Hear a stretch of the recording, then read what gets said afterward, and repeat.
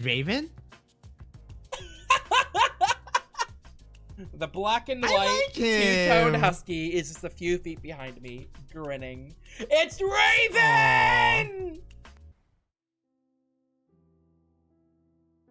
Hello, everyone. Welcome back to Echo Night. Hello.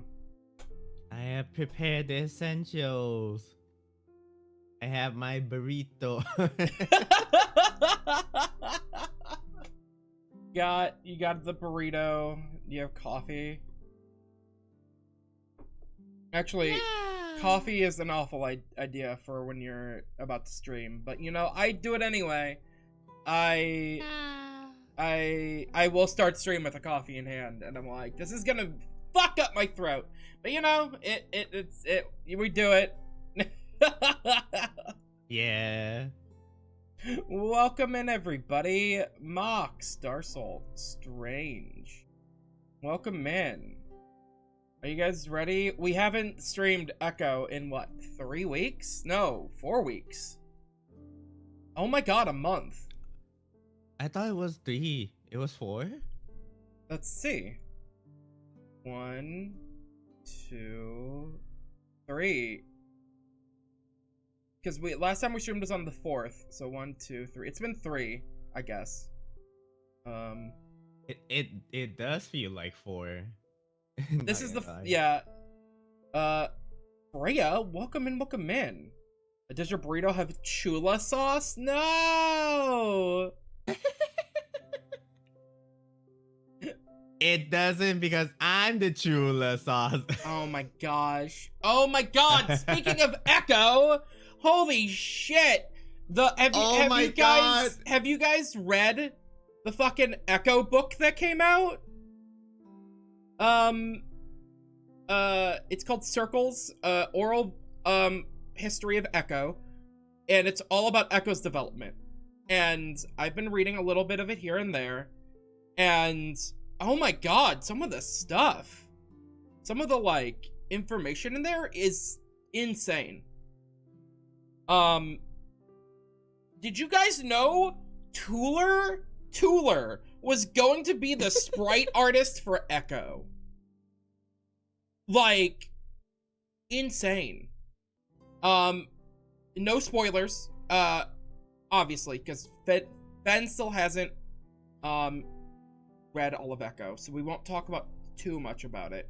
There are just some spots from the early stuff that I want to talk about. Specifically, like, okay, Fen, you had a take on Tooler being the artist.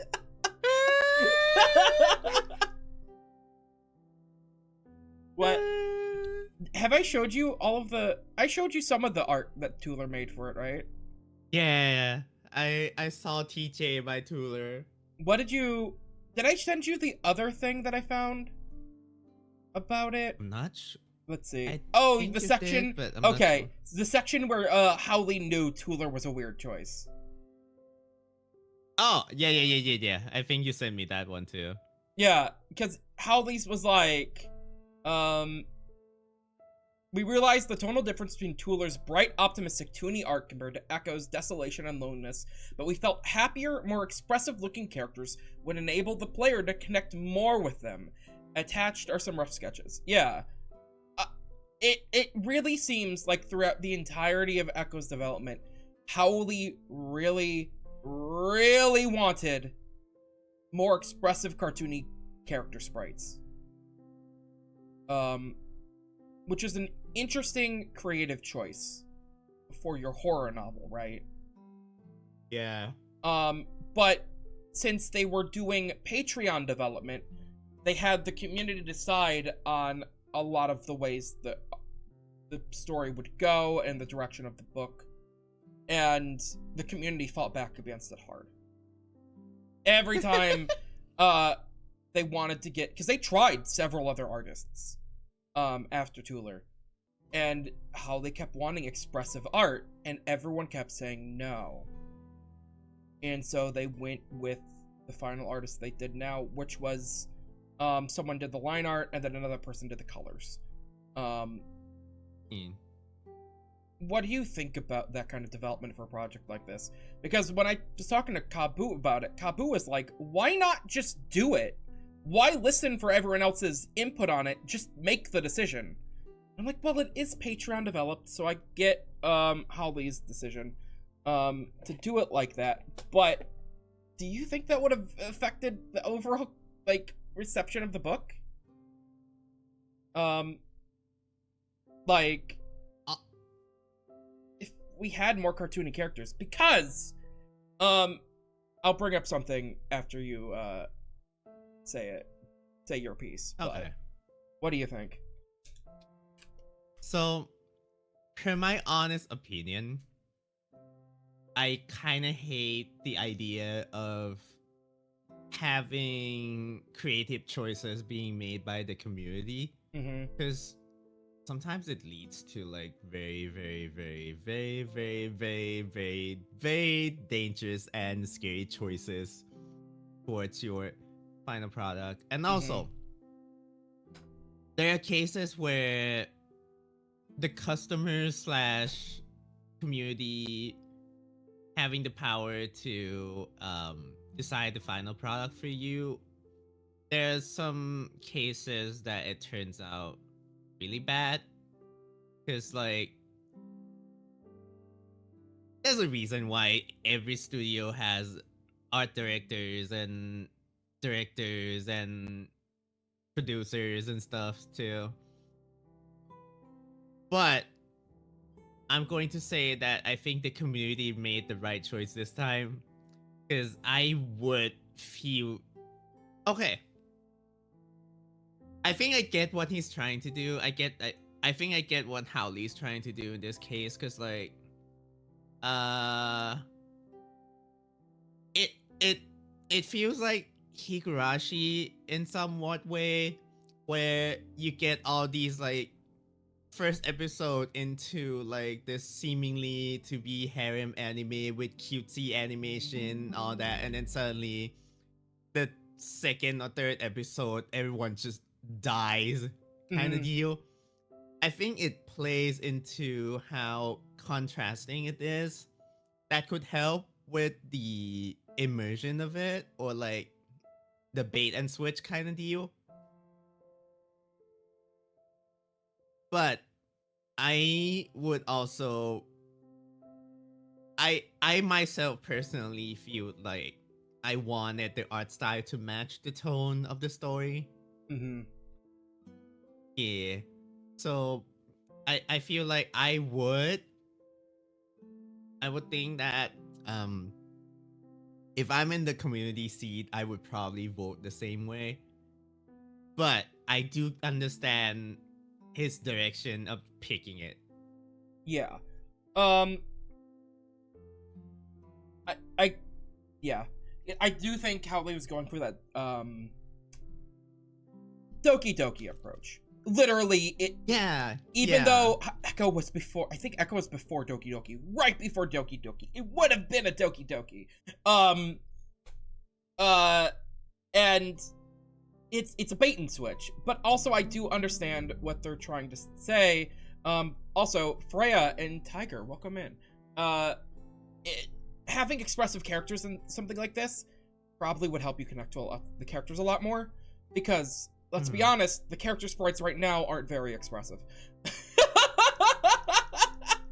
They're that's one They're that's kind one of the main static. concern I have too. It's just like there are some expressions, but the eyes and the mood it gave is not as strong as I was expecting. Mm-hmm.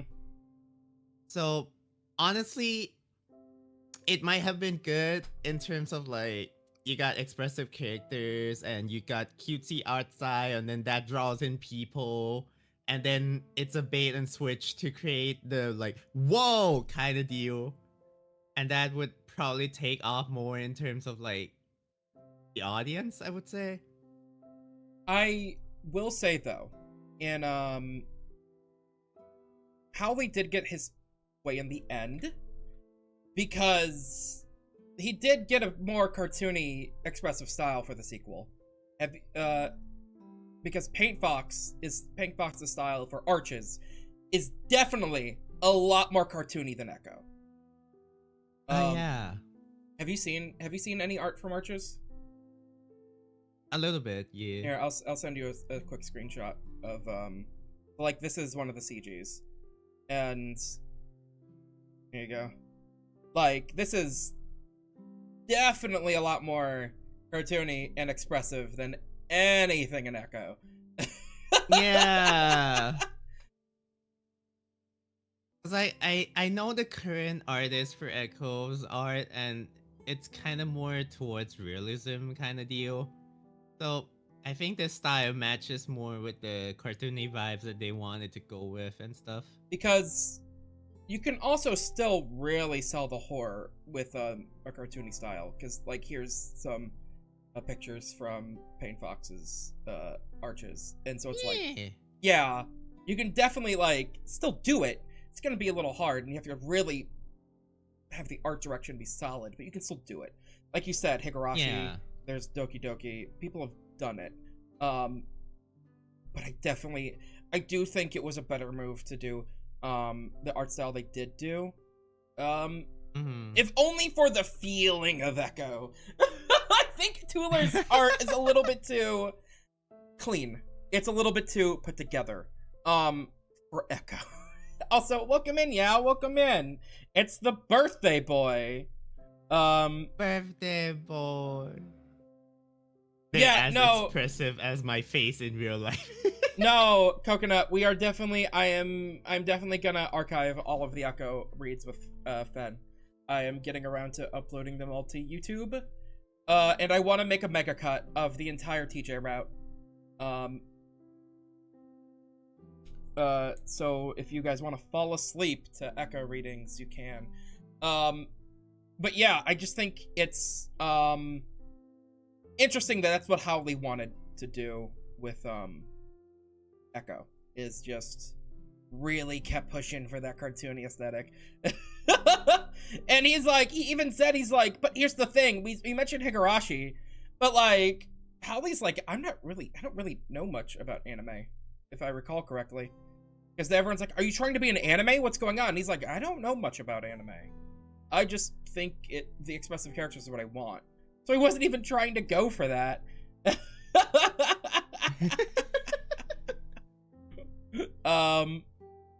He's like, what's Anime?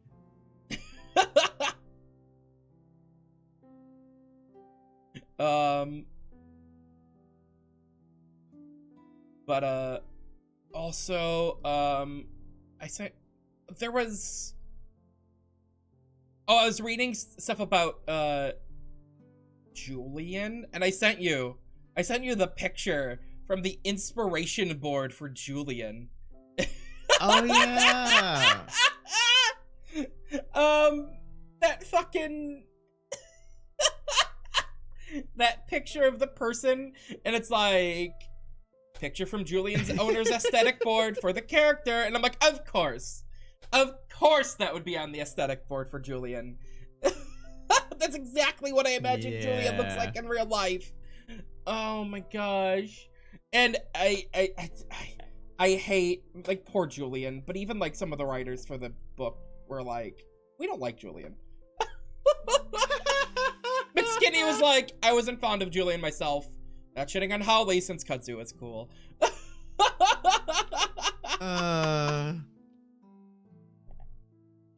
Imagine funding for a project and then they just like, we don't like you. I'm like, Listen, it's just the character. It's not. It's just how it played out, you know. It's like yeah. Julian's fine. He's not a bad character. He just doesn't stick out, and his place in the story he's literally just there. He walks up to the counter, and then suddenly he's just involved with the story, and like you're like, why are you here? Like, you don't have to you don't have to be involved in this. He's just as plain as bread. Also, welcome in, Libra. Libra.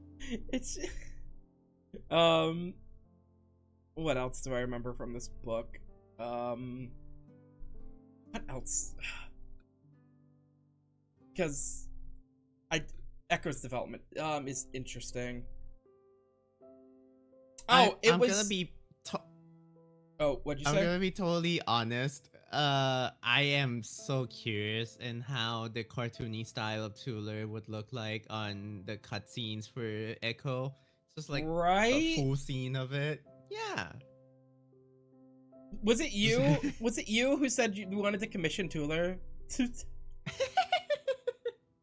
Or was If that? I have the money, I want to commission Tuller. It's just like, can you recreate the scene in Echo where Chase's eyes are drooping at the mirror? Oh my god, did I show you Buff Fen? Not Buff Fen, Flynn. Buff Flynn? I don't think I've seen that yet. Oh my gosh, where did I put Buff Flynn? There he is. Let's send this to you. Wait, I did. Oh. Yeah, there it is. I see it. Oh my gosh. Fucking Jimbro Flynn. Oh my gosh. And then here is a image of what Chase looks like from like the early days of the VN. Oh no, I can't paste it. Uh-oh. Here, this is he's definitely you won't see it here, but there is some stuff with certain things in this game that give me jump scares. But this is the early beta image of Chase. Mm-hmm. There was a whole thing with love points where like interactions with certain characters would give you love points towards them. Yeah. That was apparently scrapped incredibly early. Oh, and here's another okay, so after Tuller, they went to an artist called Leon, and they had him do it, which is another cartoony style, which like this. This is Leo. I want your take on this, Leo.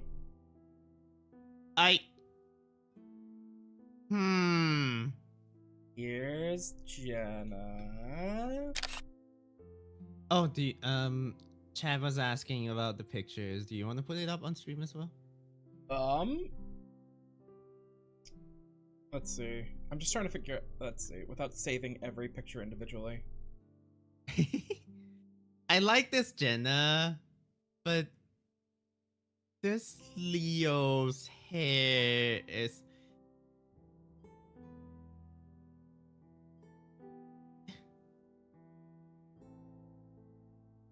I feel like this is an artist who does a lot of Rue pictures. I don't know why, but it just gives me that vibe. Like, you've done a lot of kangaroos.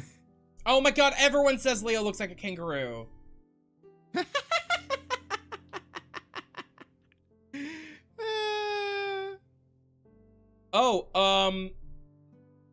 So Raven, the route character we just met, from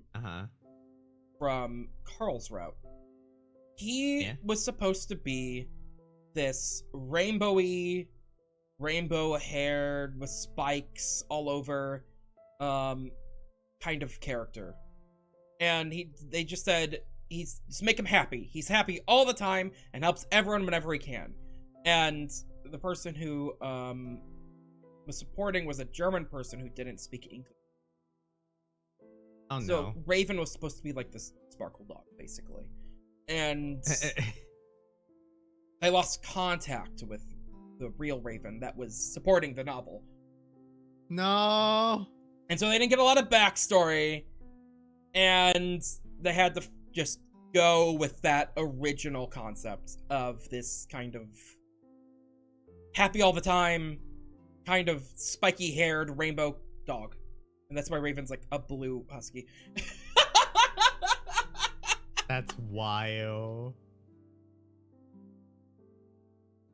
It's like imagining losing contact with one of your supporters. Do you know how much? Okay, I think this was like $200 a month to get a character in the game. No fucking way. That's what's losing my mind about some of this. Is you lose contact after paying $200 a month? That's like okay, $100 a month. Still $100 a month. That is still a big amount Yeah, of money, though. that's insane. Like, I think about like, what if I knew about Echo back when I was in development like that? I still wouldn't have been able to afford that. But okay, let's. I know for a fact that I'll be checking my emails every day if I pay $100 a month to support a game. Because I was thinking, like, is it like a flat fee? But no, it's a Patreon tier. So gosh dang. Yeah. That's such a shame for them.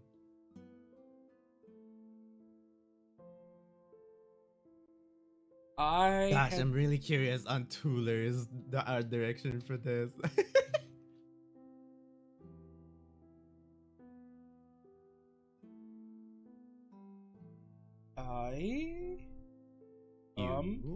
Okay, I got to the part where I was trying to figure out where I had gotten where we left off. Yeah.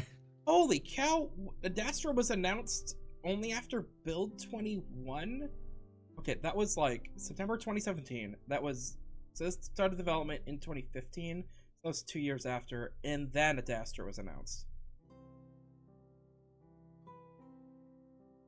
Damn. Okay, anyway, enough history of Echo. Let's play Echo! Woo! You will definitely be hearing more from me about this as I read through this and be like, what the fuck?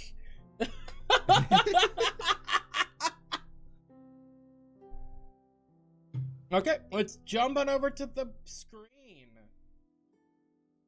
How big was the book, by the way? How big was the book? Mm-hmm.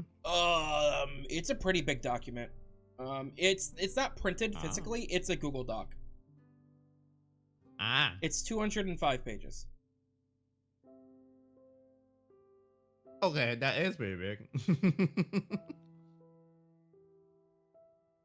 Some of these, that includes lots of. They have the map of Echo. Oh my god, they have reference material in the back of the book. They have a map of the town. I love maps. Give me a fucking. You have a fantasy world? Give me a map of that shit. Oh my god. I will print it and put it on my wall. Okay. I love, like, one of the, like pre-order bonuses for, like, Pokemon games when they give me a map of the region. Oh my god. Oh my god.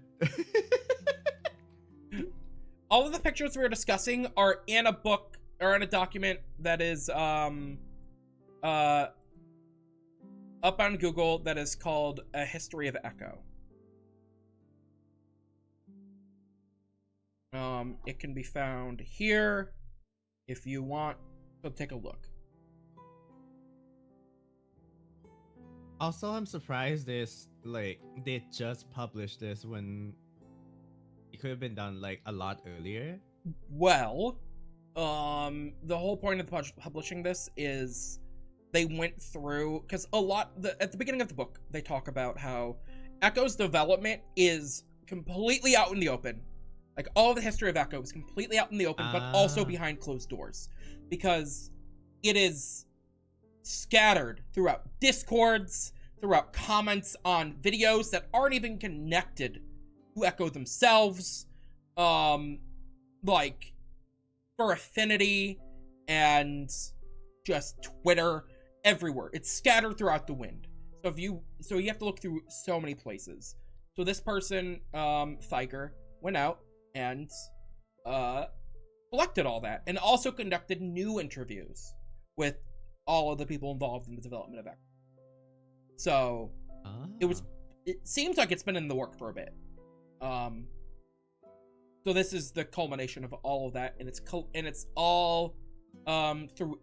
It's pretty much in what do you call it? Chronological order.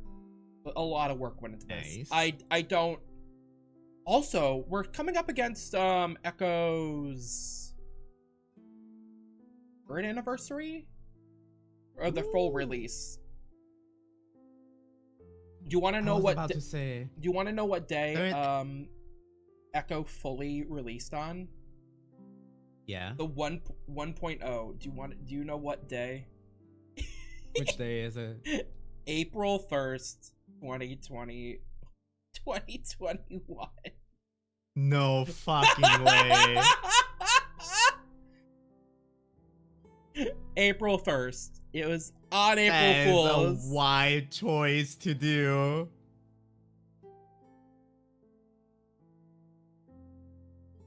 And then a year later they did a whole completely like a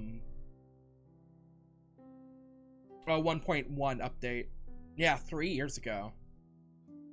This game's been in development since 2015. That is such a wild choice to pick for a day to release this game. To be fair, we had been I call it Howley Standard Time. Howley will say, "Hey, new update coming. Prepare for it in a week." Months go by. So we had been waiting for the 1.0 drop for a bit.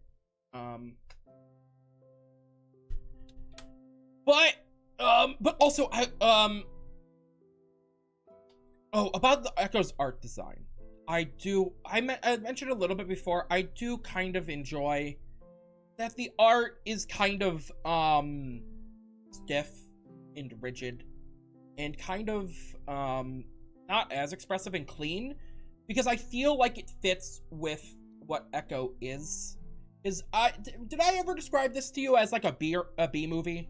Like, yes you did. Do you understand what I'm saying when I say that? Yeah. Like, this definitely feels like you just pick up a VHS at a movie theater. You go into a movie rental place, you pick this up, and you're like, "What is this?" You plop it in your on your TV at home, and you're like, "This is very low budget, but good." I love it. I don't think it would have had that same feeling with Tooler's art. It would not have. It would have been a little bit too, because like, but then you get like, it's like the CGs are really good, and you're like, whoa, because you got Strange who's doing the CGs, and Strange is like an amazing artist. Yeah. Okay. I could. Oh God, where were we? Oh, okay. That's where we are. Carl's about to go to his job interview.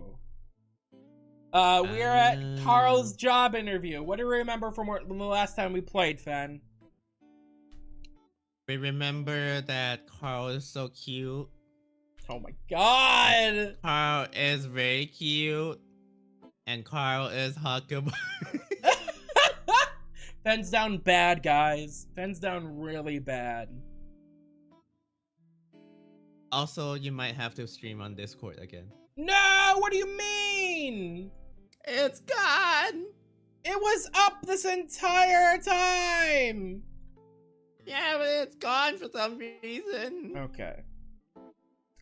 Hey, it's not our Echo stream if it's not a little bit cursed. Exactly, what the fuck is going on at all of our Echo streams?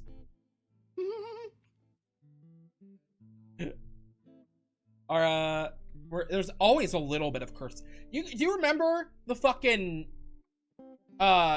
mysterious noise? I do. That was fucked up.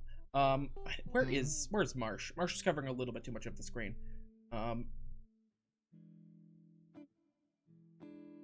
There we go. Okay. Take it away, Fenster. Are you eating? You have a mouthful of burrito right now? I was trying to beg you away from it. I just need one final bite.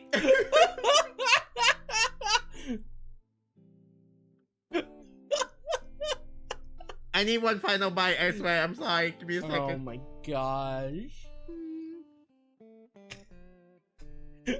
Not me being like, okay, Fen, here you go. On the stage. And Fen's like, fuck. I'll be calm and be like, dude, no, I don't know about this. Mouthful of food. It's like, why are you eating a burrito in the bathroom, Carl? It's my bathroom burrito in case I get nervous. It's much better in the bathroom, guys. Where are you keeping these bathroom burritos? How are you cooking them in there? And he's got like a microwave underneath the toilet. I mean, considering how rich this house is, I wouldn't be surprised. I peek into the bathroom, watching as Carl stares at himself in the mirror, running his fingers through his hair. You look great. Raven stands back, grinning with a trimmer in his paws, looking Carl up and down.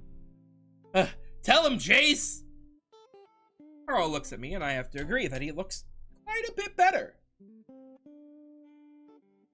I just realized also, according to the book, I am canon. I am Chase Hunter. Oh yeah! Also, I did research because Holly was like, Chase's sprite is maybe based on the Asian small clawed otter, and I looked that up. They're found in Thailand. They're Southeast Asian.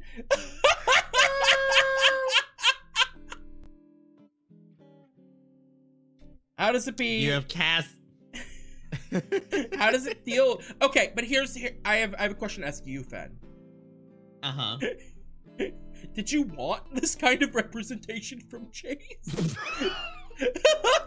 I feel like you don't want Chase. I also think I don't think this is the right representation for Thai people, but alright.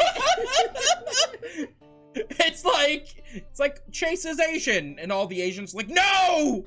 Oh god! And then suddenly it's like, oh, he's from Thailand. It's like, oh no. Oh no. How is Chase Asian? I can't Oh my god, he is. Oh my god. See, it was all fine and well when everyone thought Chase was white. But the second he turns Asian, everyone's like, what the fuck? Nah. I would love to see it as like I love the art of all the Echo cast reacting, being like, you're Asian?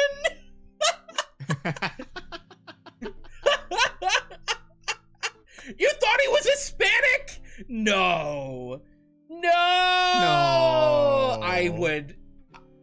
I'd cry.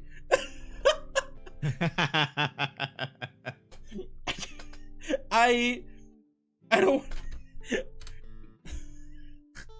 Whatever race is associated with Chase loses in so many ways. It's like that TikTok where it's just like, oh, we don't want him. Yeah, we don't want him. Wow. Chase is the first character that is what am I imagining how funny it is if the team is just like, we're finally proud to announce that Chase is this to represent the culture, and everyone's like, no. Chase is the very first character to have negative culture, because every culture in the world is like, no, no, no. Absolutely not. I feel like the whites begrudgingly adopted him. It's like, I guess we'll take the L for this one. His last name is Hunter. I guess. Oh my god. Oh my god. Oh. You look fantastic. Thanks. Now, take a shower. Before Carl can say anything, Raven shoves the mall bag into Carl's chest before slamming the door in his face. Man, this is gonna be great! If the interview was based on looks alone, he'd have that. What the fuck? You can't have that job lock. What? Raven had a stroke. Which is very fitting for how excited he is for all this shit. If the interview was based on looks alone, he'd have that job locked. Chase is like, what? The fuck? And Raven's eyes are just like spreading in two different directions. Yeah. Yeah. Yeah, probably. Chase is like, yeah, probably. What the fuck did you just say? Carl, you sure you want this guy? And so, with that, we move into the living room and wait. Half an hour later, Carl shuffles in quietly. We don't even know he's there until he clears his throat.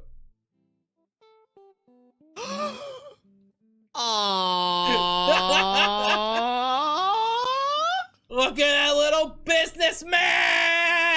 He's a business boy!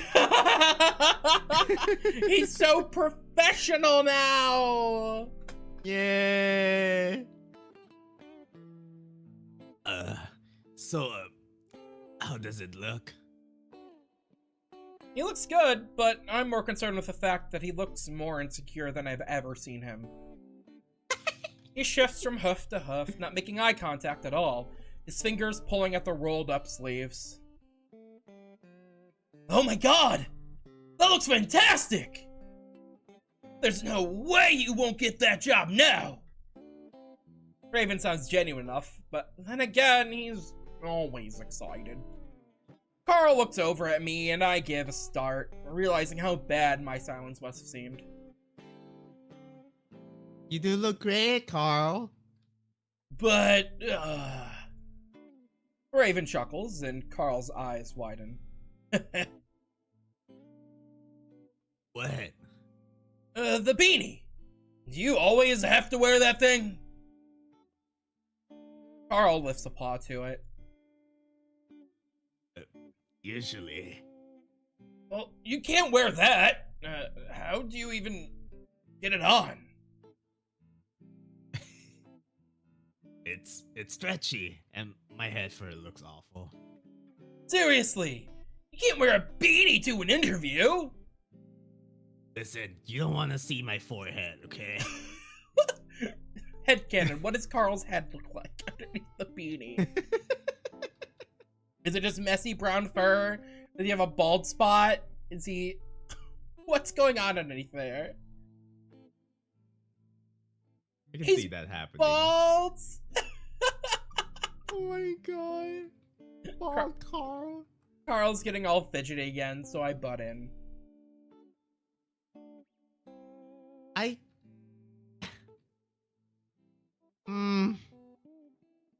Okay, then.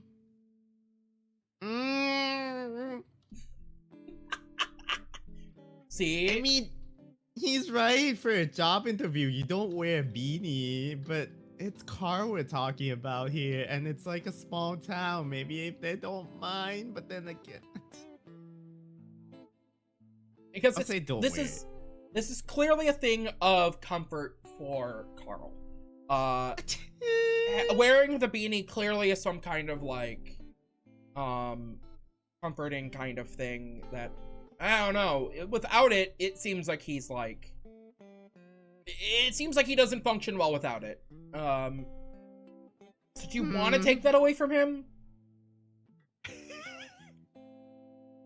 Alright, fine, he can wear it.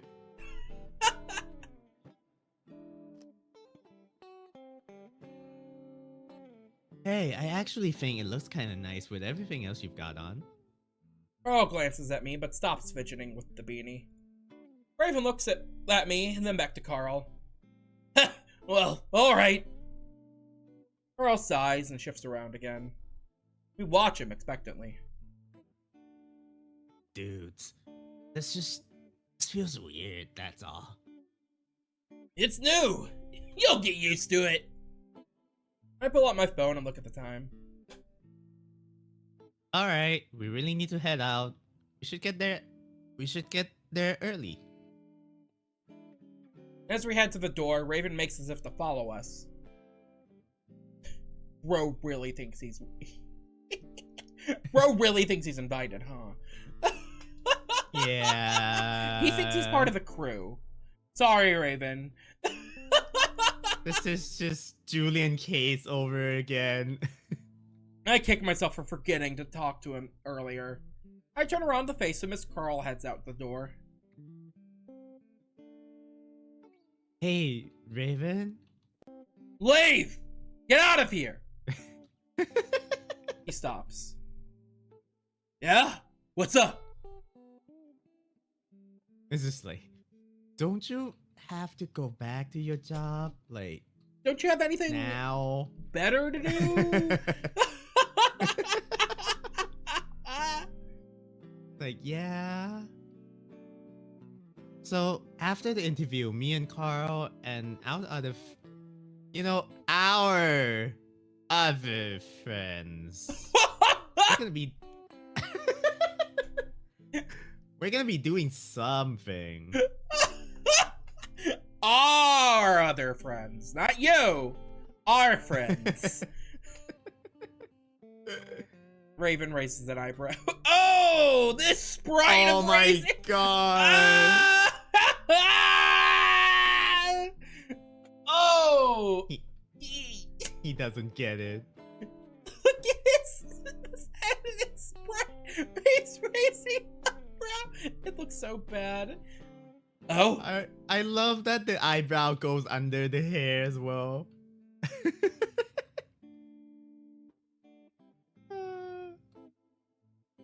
Oh wait, was there another dialogue before this? Just Raven going, oh. Bro, just went on the oh, it's not that we don't want you to come. Though I really wouldn't mind having his upbeat attitude present at what will surely be the biggest downer of the week. It's just that it's really personal. Oh, really? Yeah, seriously, you wouldn't want to come. We're gonna be talking about some heavy shit. Raven seems to perk up a little at that. Oh, well, I wouldn't want to intrude. I'll just hang out here then. Go back home. Yeah, we'll be back soon, okay? Okay, I'm gonna be here, eating all of Carl's food. Bye! And he goes and raids the pantry. Oh, you know what's way worse? He goes up to Carl's bedroom and then just sleeps on the bed that you slept with Carl. He just falls asleep on Carl's bed? It's like in Pokemon games, you go to people's bed and it smells like the ocean.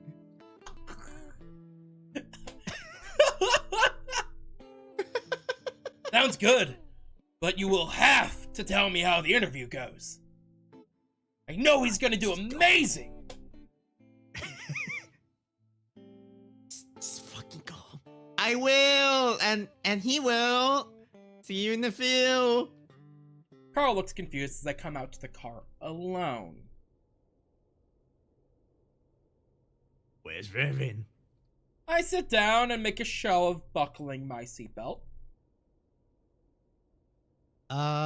So I wanted to tell you this after the interview so you didn't have to more to stress out over.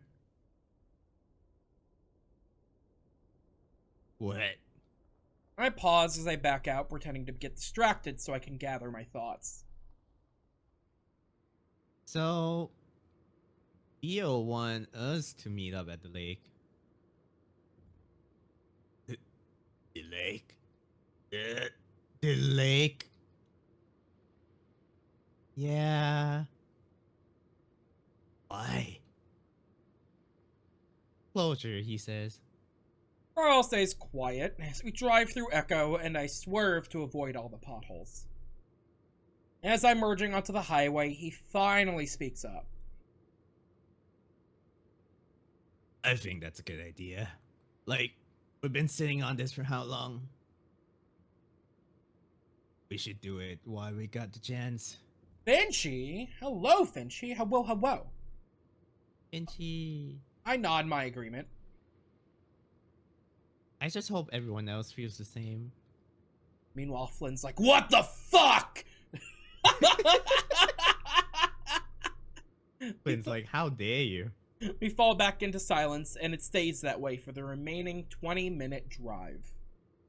Carl gets more nervous the closer we get. I can see his knees bouncing out the corner of my eye as he stares out the window. I reach out and put a paw on his shoulder as we pull into the parking lot of the print shop.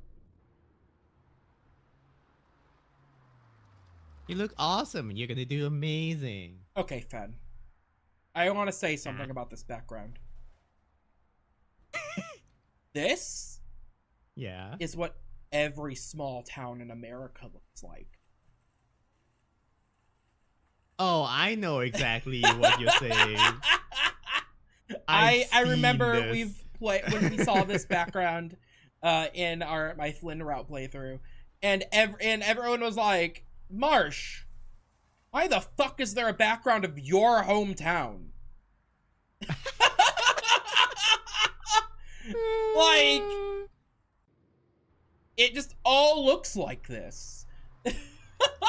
Yeah. I think I got the same vibe when I went to Arizona too, when we pull up to like food shops and stuff, and I'm like, oh wow. It's cozy.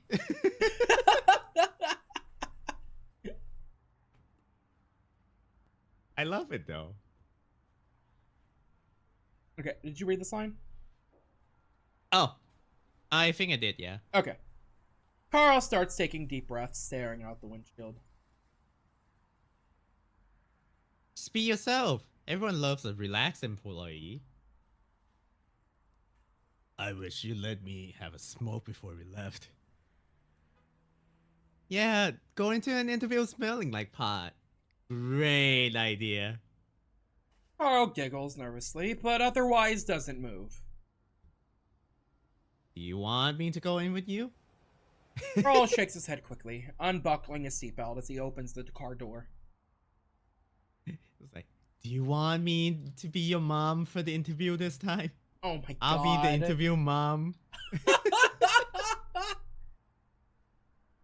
Oh, that shit's wild though. No, man. I'll be fine. Okay, cool. I'll be waiting. I grin at him, but he just shuts the door and ambles up to the print shop. He pushes on the doors, and when they don't move, he pushes harder, shaking the glass. I start to open my door to tell him to pull instead, but he seems to figure it out before I have to and disappears inside. Oh, Carl. Okay, Fen, how's this gonna go? You have faith in our boy Carl? He's cute. Oh my god. Then I sit back and wait.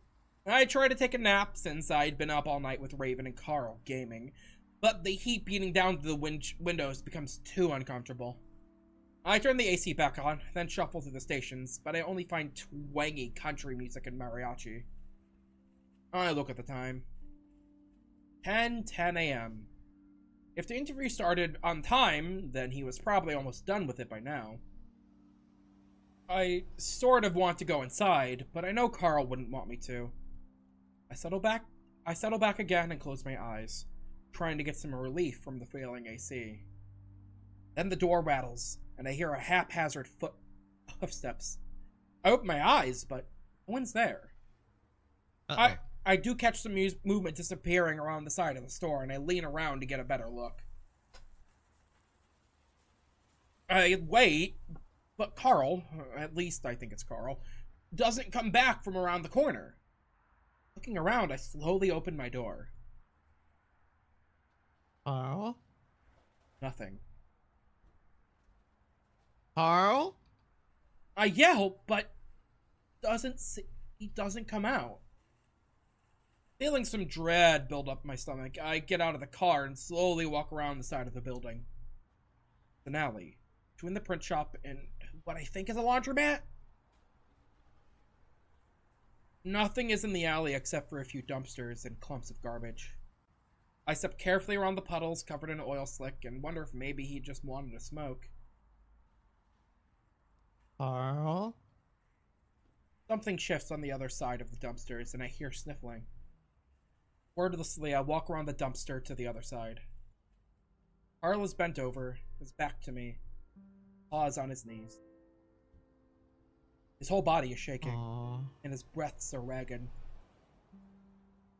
Aw, poor baby. Holy shit, Carl. I'm at his side instantly, rubbing his back. What happened? Are you alright? The stench of vomit hits my nose, and I don't need to look closely to know what the puddle between Carl's hooves is. Carl makes sure to turn his face away from me, not saying a word. Shit. I dash back to the car and open the passenger door so I can get to the glove box. I pull out a few napkins before hurrying back to the Ram. He takes them from me wordlessly and starts wiping his face. The last time I'd seen Carl like this was just last year, when he'd had his panic attack at school. I didn't think he'd have that problem now, after all the therapy and time away. I try to rub his back comfortingly, in clockwise motion, like my mom would do for me. He's at least not hyperventilating. He has his horns pressed against the wall, taking deep breaths as he wipes his face again. Why do I suck at everything, Chase? He says it quietly, between gasps, but I can make it out. No, Carl, you're fine. Let's just get you home. I start to pull on his arm, but he yanks it from me violently. Don't touch me! I'm stunned into silence. I just stare at him, mouth open. He glances at me, and his eyes are red. For once, not because of weed. Carl starts off toward the car on his own, spitting off to the side as he does. Carl, what happened? He whirls on me. I fucked up, obviously. Any more fucking questions? His voice breaks on the last sentence, and he turns away from me as his face starts to screw up. My stomach feels hollow as I watch Carl get into my car. I've never seen him like this. He immediately hunches forward, head in his paws. I slowly walk up to the driver's side door, feeling like crying myself. I sit for a while, waiting to see if Carl is going to say anything. He does. I'm sorry. He blurts it out through his fingers. I look over at him, scared to say anything in case I say the wrong. It was a disaster, man. He takes in deep, shuddering breaths. You could tell I wasn't into it right away. I was awkward as fuck. Martini? Welcome in. Yes, this is Carl's route. He leans back and tugs at his shirt. This shit. This isn't me. And they knew it, and it got me nervous. I've been nervous ever since I got in my clothes. Since I got this stupid trim. At that moment, it feels as if I've been punched in the stomach. I'm just now remembering the conversation we had on Wednesday. Close my eyes for a moment, not wanting to believe I'd become exactly what he said I wasn't, what he liked me for not being. We sit for silence for a long, long time. So Carl finally looks at me and smiles. God damn it. We both knew this was gonna happen, dude. I don't know, man. It fucked me very much for taking it out on you. It is sort of my fault. I'm the one that screwed up the interview. Carl settles back in his seat. Now, that fuck up out of the way. On to the next one. I force a smile. You sure you still want to go? Hell no. But I don't think we have much of a choice on this one. I sigh, looking up the hazy horizon in the direction of where I know Echo is. Can't wait. So with that, I turn on the ignition and pull out of the parking lot, leaving the print shop and its alley far, far behind us.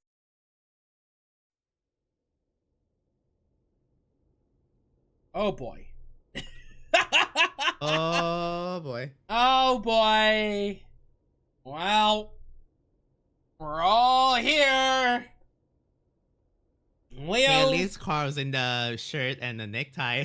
Yeah, at least Carl looks nice. Can't yet foresay what the rest of them are going to look like.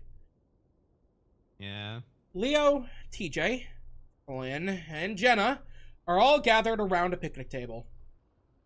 It's set out neatly on concrete in front of the rocky shore of the lake. None of this existed when we were kids. In fact, it didn't exist when I left. Echo is trying really hard to stay alive. I don't need to get out of the car to gauge the mood my friends are in. Their shoulders slumped, faces turned away from each other. As I park, Leo's ears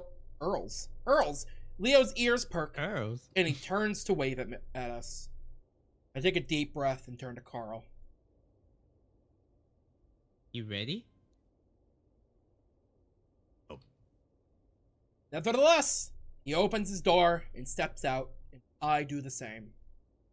The sun beats down on us, but being this close to the lake cools things down a bit. As we approach, I see Leo with his butt up against the edge of the table, while TJ sits next to him. Jenna sits next to TJ, while Flynn sits across from Jenna. When Flynn turns around, he immediately zeroes in on Carl. What the hell happened to you? Drugs, sex, and rock and roll. Out of order, bud. No, but just put it in the appropriate descending order.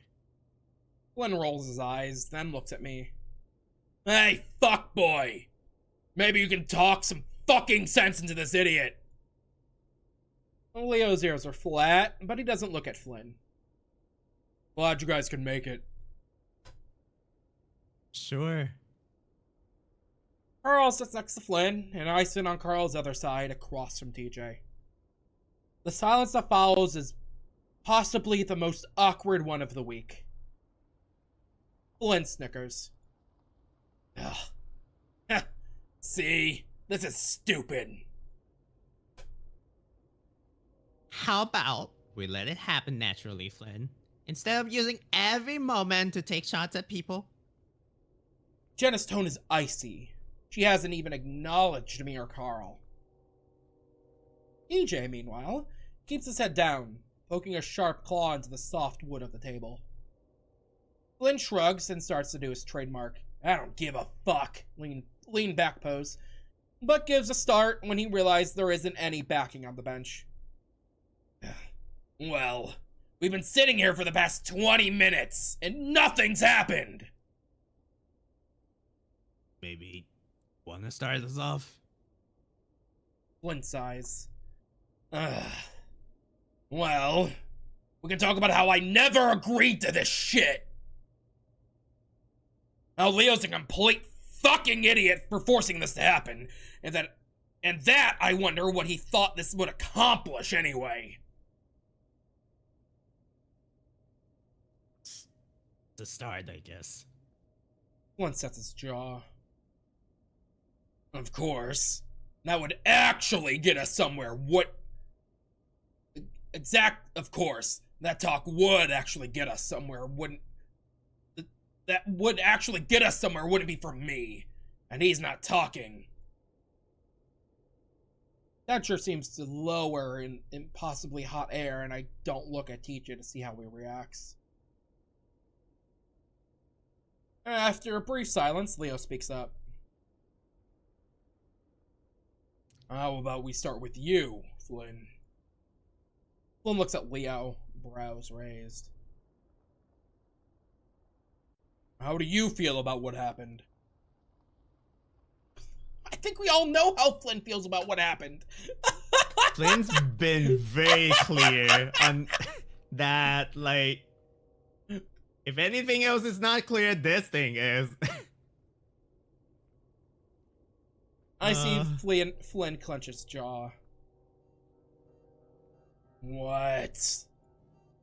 His tone sends shivers down my spine, and I feel Carl tense up next to me. I look out across the lake, the shimmering reflections blinding me. You never talked about it. Maybe it'll help. Sweat pours down the back of my neck. Builds up under my arms. Even with the wind coming off the lake, it's way too hot. Am I telling you how I fucking feel? How the fuck do you think I feel? Flynn screams it, and TJ jumps in front of me. Garobo. Okay. I always have to, like, whenever Leo says a Spanish word, I'm like, okay. Gotta remember how to say it. Gonna double check the memory real quick. Well, it's hard to say it in voice, because it seems like it comes out of nowhere. It's like, You just want to keep it buried your whole life, Garobo. I think about the time I used to come down to this spot every day and skip rocks with Jenna and TJ. So how's this? So this is how you plan to fucking get us over this? By fucking making fun of me? Ah! Yelling. I wasn't expecting to yell today. I'm not making fun of you. I'm trying to help you. Taunting someone who's felt like shit for a decade is a pretty weird way of helping. Oh, please, guys.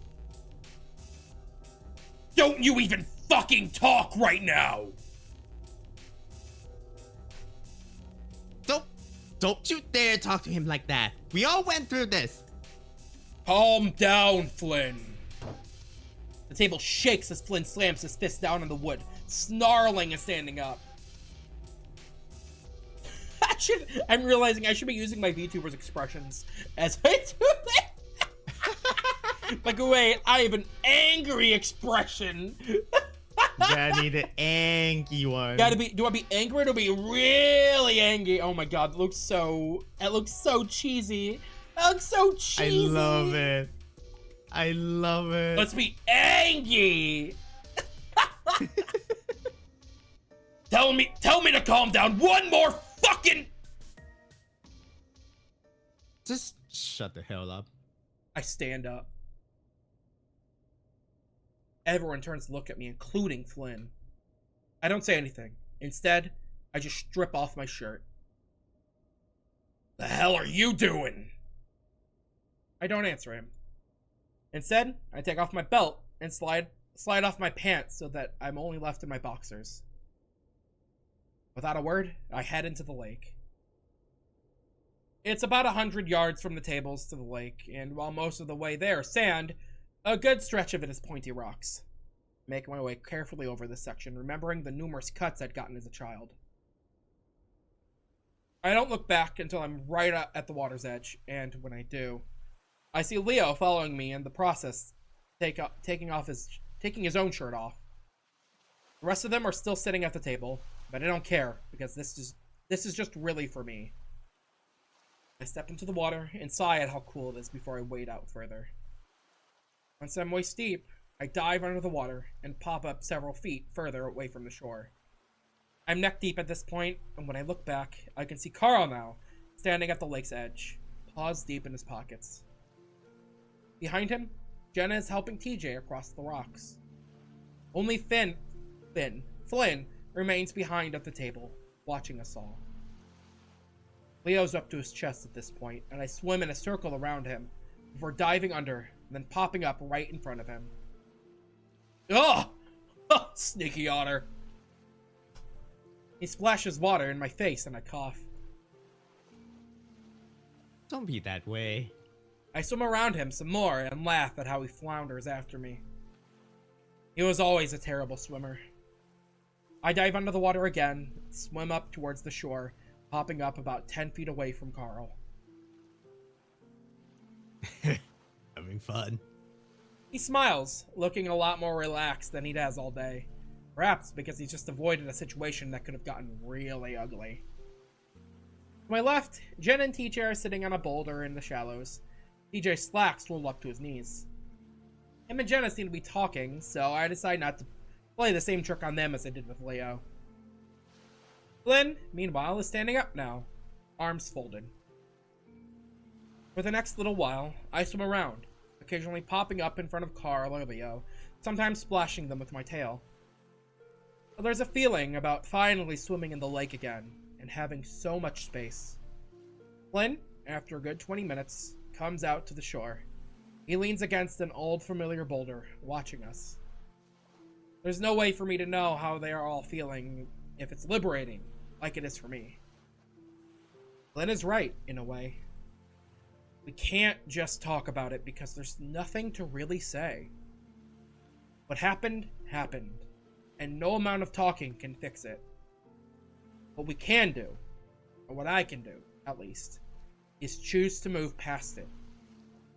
And that's what I'm doing right now. I just hope that's what they're feeling too. Eventually, I run out of the exhilarating energy that had so consumed me and instead drift to the bottom of the shallows.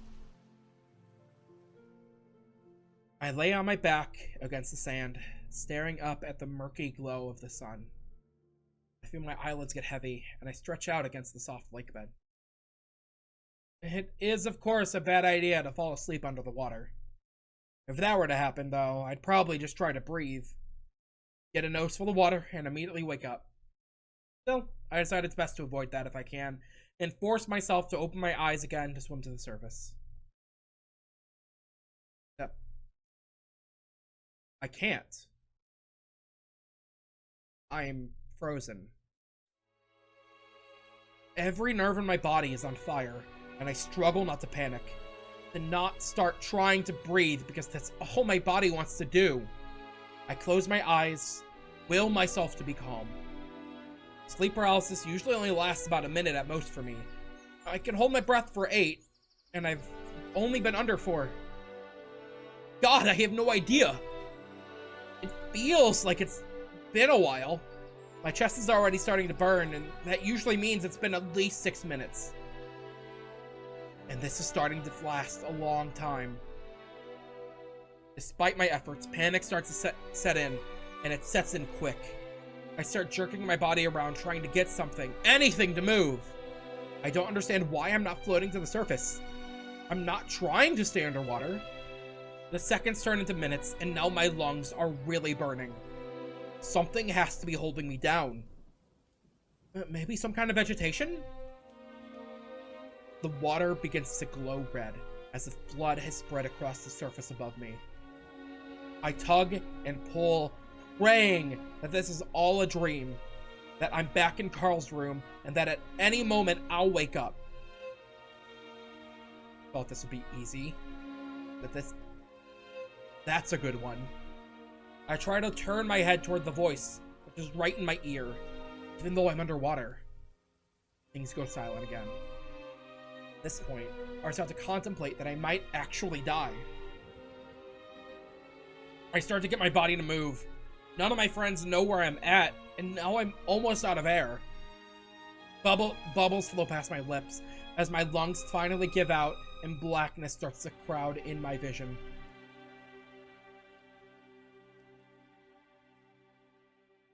Not gonna lie, that music does send chills down my spine.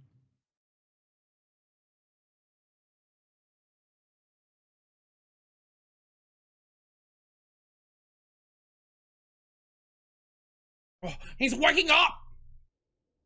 My eyes open slowly, painfully, and I'm face to face with a ram, his muzzle wet with tears. Oh my god, he is. Give him room! I feel some rough paws supporting my back, turning me on the side. Can you breathe, Chase? Leo's voice is ragged next to my ear. Yeah, no, I'm fine. I sit up quickly, and a wave of dizziness threatens to topple me over again. I feel movement behind me, out of my field of vision. No, no, no, no! I can't believe this. I can't fucking believe this! Flynn's voice is torn and ragged. I barely recognize it. Calm down, Flynn. No. We're forced to come here, and then this shit happens! Guys, I need to go. TJ, Flynn, get over here! I feel Leo's support leave me. Carl is still crouched down in front of me, though. Oh my god, dude, what happened? Carl's gasping, like he's the one that was just underwater. I don't know. Carl rubs my back as I rest my head in my paws. Vaguely, I can hear more yelling behind me, and Carl looks up too. No, no, don't! Leo, help! Despite my aching head, I turn around and see Flynn chasing TJ, grab him, and throw him down onto the rocks. Flynn doesn't get any further though, because Leo tackles him with such force they fly a good 5 feet before smashing down into the rocks and sand. Leo wraps an arm around Flynn's neck and yanks hard. Jesus. Carl stands up and starts gasping again. I try to, but I fall back down on my ass. Carl reaches down to help me up. Shit, you're not okay. Carl steadies me, but I'm distracted with trying to see what's happening. Leo's leaning down with his muzzle right up against Flynn's head, yelling at him. Meanwhile, Jen is crouched over TJ. Carl starts to breathe heavily again, his wheezing picking up speed. I look over at him and his eyes are glazed, as if he's watching everything from afar. Carl, what's wrong? I don't want him to have another panic attack. I know I should probably stay and try to help, but I feel so fucked up right now. Besides, I don't think it will help Carl if Carl has a breakdown. I grab his arm. Let's get out of here, Carl. He looks at the scene a while longer, then turns away. Without another word, we make our way back to the car. I get in, barely noticing that I'm drenched in the seat. Looking through the windshield, I see that my friends are still in the same position that we left them. Except Jenna. She watches us as we pull out, and keeps watching us, so we're out of sight. Carl stays in his glazed state as we make the short drive back to his house. I can't give him much attention, though. I'm more preoccupied with the fact that something terrible just happened. Not only to me, but the entire group. Maybe this is a dream. Everything feels so surreal now, right now. Like I'm watching all of this happen from 100 miles away. I can't. I don't know. I look over at Carl, but his expression is still glassy. He looks exactly like how I'm feeling. What's wrong, Carl? I don't know. You don't? I'm cut off as a large coyote suddenly runs out into the street. But she's a good distance on the road, so there's no danger of me hitting her. I watch as she tears out into the sagebrush, zigzagging about, arms flinging out in all directions. Carl and I both watch her as she passes, silent. Something's happening in this town. To all of us. Once we get into the house, Carl heads straight for the stairs. Carl! Ugh! You guys back? How'd it go? Raven's voice calls from upstairs. Oh my god, he was upstairs! Oh my god, Raven! Why were you in Carl's bed? Also, what the fuck? What the fuck is this wee, like, soundtrack music right here? This is me lobby right now after like that intense scene. And it's just like, select your game. Your choice.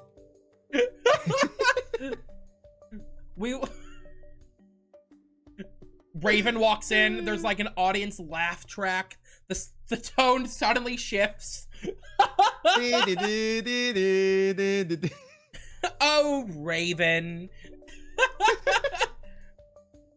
Like, Raven, shut the fuck up. Ray, something's wrong. Did you just call me Ray? Oh, I mean, Raven, something's wrong. Now shut up. Huh? Something wrong? What's wrong?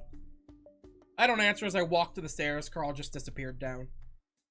Once I get there, he's already gone.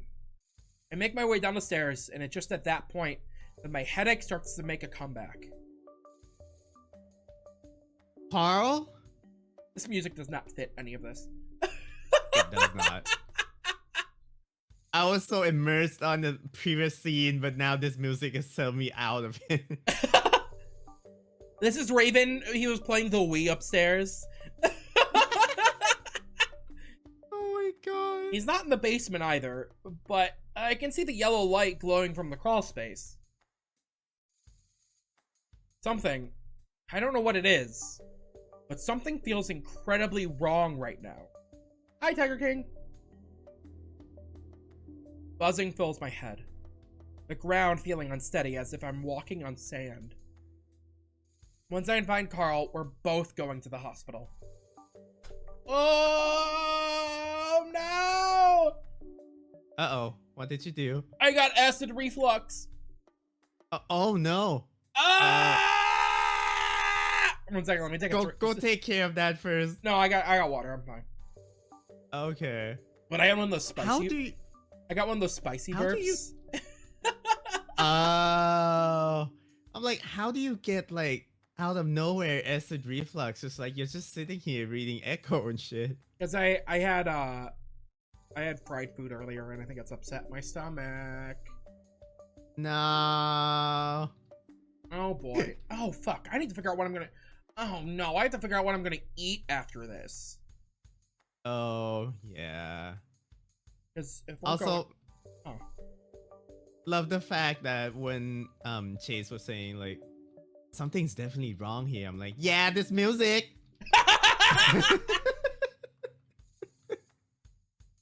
They're both having mental breakdowns, and you just hear strike. Nice.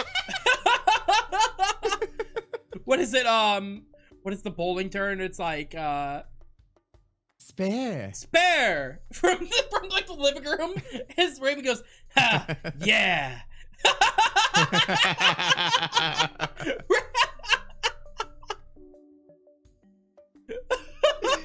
When Chase is like, not now, Raven is like, What, you don't want to play bowling with me?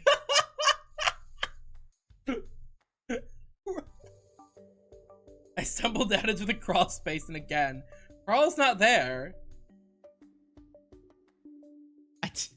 I'm trying to think of a nice throw. I can't get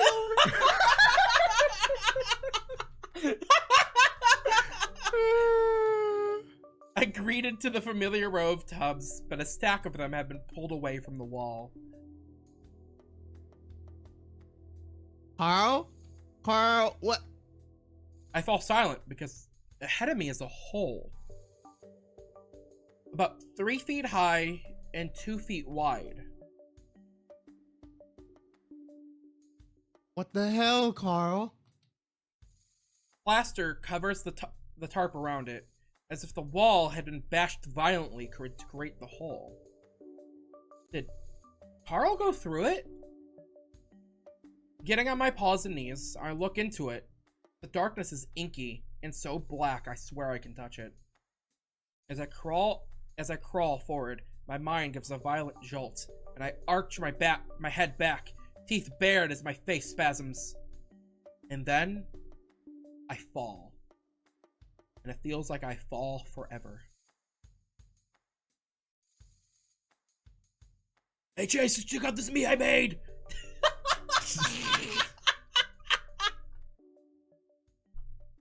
Chase be like, which one is the dream? The one where he makes the me or the scary shit? Wind blows pleasantly through my fur, seeping underneath and cooling my sweating skin. The smells of the desert, sagebrush and dirt overwhelm my senses. Everything is black around me, but there are a million stars above me. I hear the smattering of small feet running in circles around my body, snuffling of noses up against my sides and neck. Mixed into the sounds of the wild are words, languages I don't understand, chanting and singing, the sounds of dancing. Then another language. I hear a word or two that I learned from Leo years ago. And then my own language. And above it all is a maniacal cackling, one that builds and fades before choking off into a sob.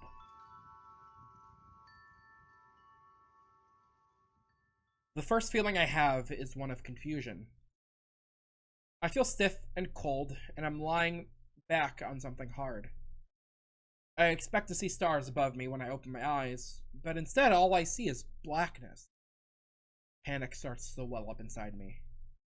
My breathing quickens. And though it's hard and painful, I manage to push myself up into a sitting position. That's when I see a gentle glow coming from an opening about 30 feet ahead of me, 30 feet away from me. Where am I? Last thing I remember was the lake. Wait, no. Carl's house is the last thing I remember. We came in. Raven was playing Wii Sports. Carl, in a panic, ran downstairs. I don't know. We went back into his house after the lake. Did I fall asleep in his house somewhere? I feel around on the floor with my hands and can feel wood underneath me. It creaks as I shift around. Carl? My voice comes out hard and crackly. I have to lick my lips several times to keep them from sticking together. I call out again, but more softly this time, because now I'm starting to wonder if someone else brought me here. When I don't hear anything, I start to crawl forward towards the light. My head throbs a little, and there's a coppery taste in my mouth. Probing my tongue around, I taste the sour of bites along my cheek. I start to run through a list of things that could have happened. I was in Carl's basement, then I just sort of seized up. Did someone hit me over the head? I start crawling and start moving my hands around my body all over my head. No. No signs of injuries. Aside from the cheek bites, it's really just the inside of my head that hurts. While I do this, lucidity starts to return in waves as if a dam has broken and all of my senses are falling into place. At the same time, the panic starts to return as I realize how much this doesn't make sense. Someone had to have brought me here. Wherever here is. I start crawling around again, trying to keep my panic under control. I'm almost to the glow, but it's weird because it's coming from the ground? To get closer, I hear a soft brushing beneath my head. I tense and look over my shoulder. I'm greeted by the sight of inky blackness so dark that it almost feels alive. I get the impression of a giant mouth opening up in front of my face. The imagery gives me a jolt, and I lunge forward, deciding to get up on my feet so I can move fast. Then I'm falling. But not for long. My senses are full of light now, and I throw my hands forward to catch myself, but I keep falling, and the split second before I hit, I realize there's a ladder. Instinctively, I grab at it, but my head hits the rungs first, and I flip forward, landing on my feet. It happens. It happens on weak ankles, though, and my right foot gives out, and my ankle rolls. I hear a series of pops before the rest of my body hits the floor.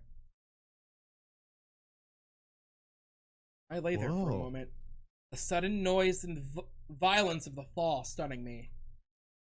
In my stupor, I feel a cold spiderweb of electricity pulsing from my ankle, and that's what spurs me to move. I pull myself into a sitting position to clutch at it. Fuck.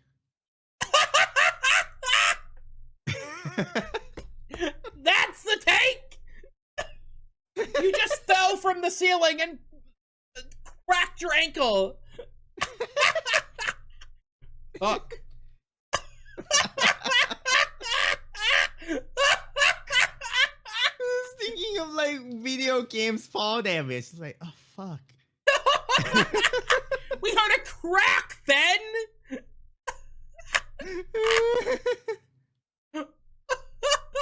Fuck. Okay, we're going for it. The pain isn't really bad, but something is definitely wrong, and I'm not sure I can just walk it off. That's when I notice my surroundings. A long hallway stretches out from either side of me, lit by decorative chandeliers. Looking up, I see that I've fallen down a drop-down ladder from a small square in the ceiling. What the hell? I look down at my ankle. Suddenly, dogs jump from the windows. And then Carl's just like, hey Chase, you've been on that weed for a while now, are you okay? Carl's like, I was almost a Carl sandwich. You suddenly have to solve puzzles all around the manor. Chase, you think you can play Moonlight Sonata? I wiggle it around and immediately feel another pulse of electricity that feels much more painful this time around. I grit my teeth as I spread my hands out against the wall behind me, pushing myself up slowly, making sure not to put any weight on my injured ankle. As I'm doing this, I hear a soft clopping sound coming from my right. At the end of the hall, it looks like it takes a sharp right, and it sounds like the noises are coming from that turn. My throat tightens and I press myself hard up against the wall. I see a shadow slide up the carpet at the end of the hallway and I hold my breath. The shadow stops too, and I get the feeling that whatever it is might be holding its own breath. Finally, the tension gets to me and I clear my throat nervously. Carl? Chase? Carl! I let out a gasp of relief, and almost sagged down on the wall. No!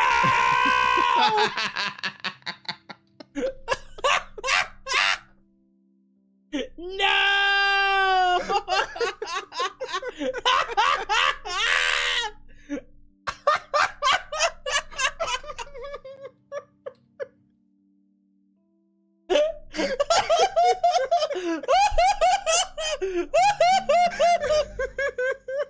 Oh my god!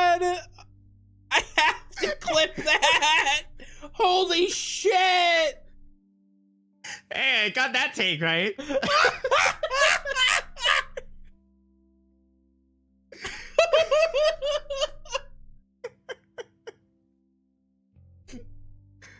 Oh my god. Benifer.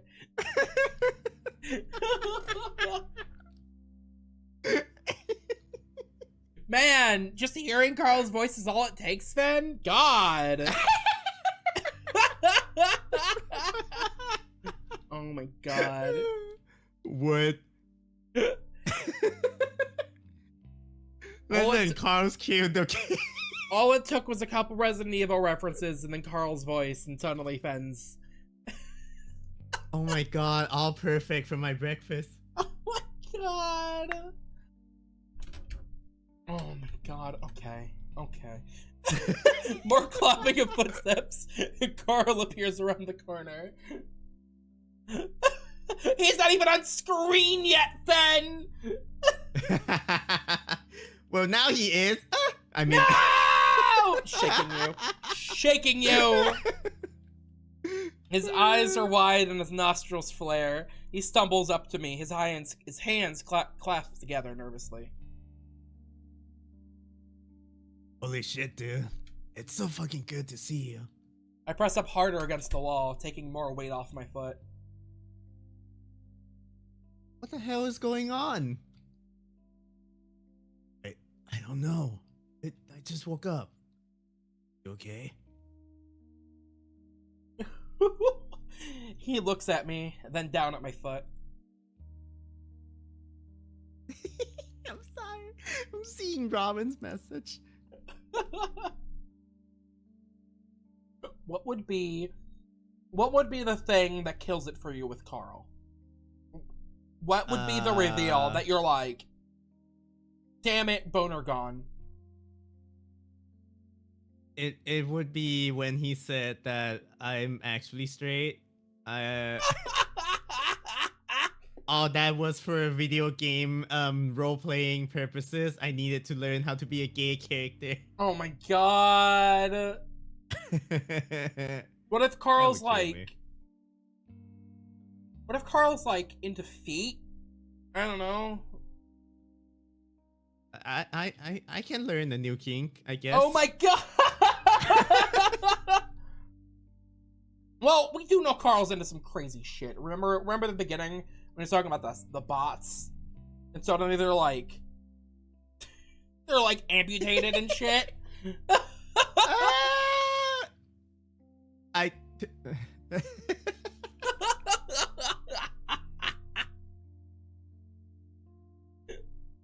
Well, it's just you and Carl in this spooky mansion. I gesture up at the ladder. Okay. I found out that thing. Carl looks up the ladder and the dark hole it leads up to. What were you doing up there? I don't know. I just woke up in the dark and tried to crawl out. Shit. Carl bends down to look at my ankle, which is clearly starting to swell. You walk? I think so. Kind of. You know that gif of Kirby that sucks toes? Carl bends to your feet, and you're just like, whoa! Whoa! After, can you walk? She's like, sorry, intrusive thoughts 1 there. My goodness. He stands back up and looks around. Chase, I don't know what's going on. I just woke up in the bedroom up the hall like 20 minutes ago. Is this not part of your house? Carl lets out a breathy, incredulous laugh. No, definitely not. I was trying to find a window, but I can't. Maybe we're in the basement or something. The last thing I remember is your crawl space. Why would they have an attic in the basement? I look up at the dark hole in the ceiling. Maybe it's not an attic. Chase, I'm freaking out. And it shows it too. His breathing is picking up, his wide nostrils flaring again. I reach out and put a hand on his shoulder, giving it some reassuring squeezes. No, it's okay. Maybe we got really high or drunk or something. What's the last thing you remember? Carl starts clicking his fingers together again, looking away up the hall. The lake? Yeah. I remember we went back to your house, then down to the basement, and then... Carl frowns. I don't remember. I watch him carefully. But then I remember looking behind the plastic bins and there was this... Help! We both jump as the scream comes from right down the hall. Carl and I look at each other wide-eyed. I was half expecting it. Oh, that's just Raven. Anyway, back to our conversation. What the hell? Oh! Is someone out there? That sounds like Raven. Anyway. Carl starts to hesitantly walk up the hallway, and I move to follow and immediately regret it as I put weight on my ankle. It's completely stiff now, and pain shoots up into my shin like lightning. My gasping causes Carl to turn around in confusion, and his eyes light up when he sees my leg. Oh shit. Here. He reaches out, and I wrap an arm around his neck. He's sturdy and strong, easy to lean against, and I sigh with relief as I take the weight off my injured ankle.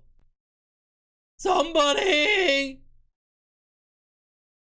We hobble our way down the hall, following the sound of Raven's panicked voice.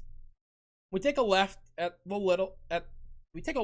end of the hall and are confronted with an almost identical hallway to the last. Okay, so it's not Resident Evil, it's PT. Oh no, that's even worse. And that's when I start to smell smoke. You smell that? Carl puts up his nose. Something burning? Help me! I almost jump again as the sound comes from right on our left. The only door on the left side of the hallway. We look at the door for a moment. Carl's ears perk straight up. We both jump again as the door shakes from several heavy bashes that rattle the frame.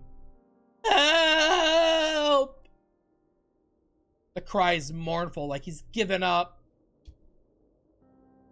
Raven? The shaking and pounding stops. Carl! Carl! The voice instantly turns hopeful, and the voice grows muffled as if Raven is pressing his muzzle right up against the door. I'm stuck! The door won't open, and there's a fire! What? Chase! There's something burning on the stove! Or something! I can't see it! Me and Carl look at each other in bewilderment. Guys, it's getting really smoky in here. I can't really see anything.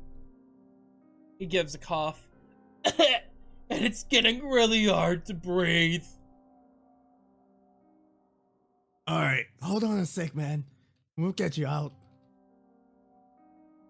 Carl shifts me to the wall so I can lean against it, then tries the doorknob. The knob barely turns, clearly locked. Shit. Yeah, it's locked. It's getting really hot in here. Hold on. Carl shoves his shoulder up against the door. It gives a few creaks, but otherwise stays solid. Please, help! His plaintive whimpering is barely audible through the thick wood. What kind of lock is it? Maybe we can pick it? Carl studies the knob. I'm sorry. It looks like it needs a spade key, I think. I think the spade key is on the other side of this police station. Hold on, Raven. We have to run to the other end of the building and then out past some zombies to another building to solve another puzzle to get one half of a spade key. What? Guys, Guys, it's burning right now. I can't breathe. Shut up. I'm trying to remember Moonlight Sonata. Hold on. Hold up. This puzzle's in German. I gotta. I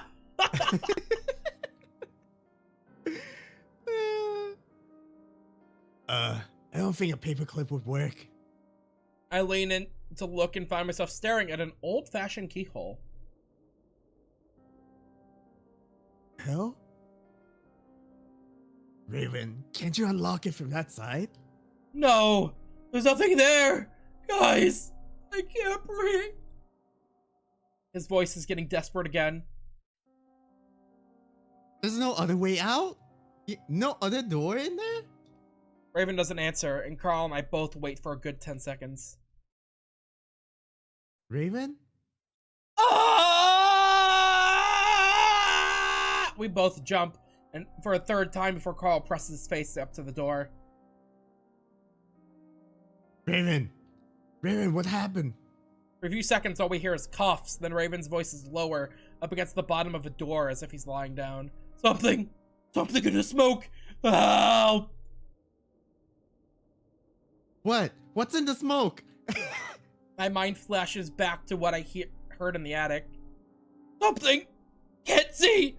Open the door! Fuck. Alright, man. Stand back. I don't know if he's talking to me or Raven, but I take a step back anyway. Carl takes a few step backs, then throws his body forward, smashing up against the door. It shudders a little bit, and I hear a crack or two, but otherwise there's no change.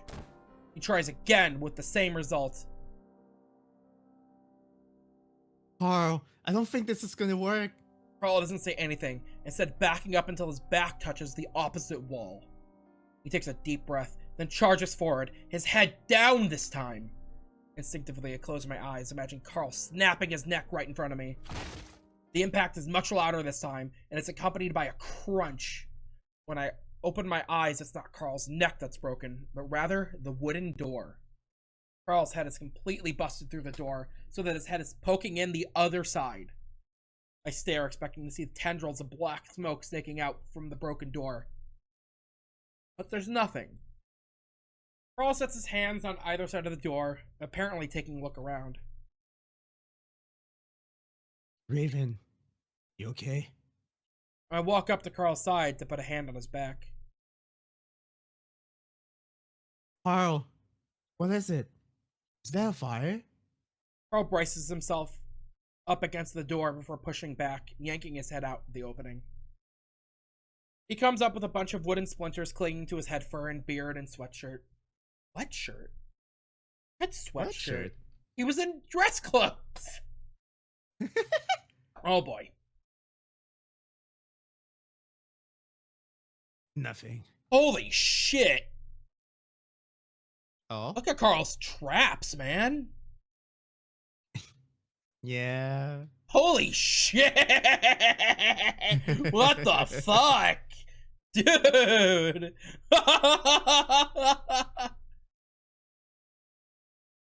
Wait, when you say it's Carl's traps, what do you mean exactly? Isn't that shoulder muscle right here? Oh, yeah. It's Look at- bulging out of the shirt. He's buff, dude.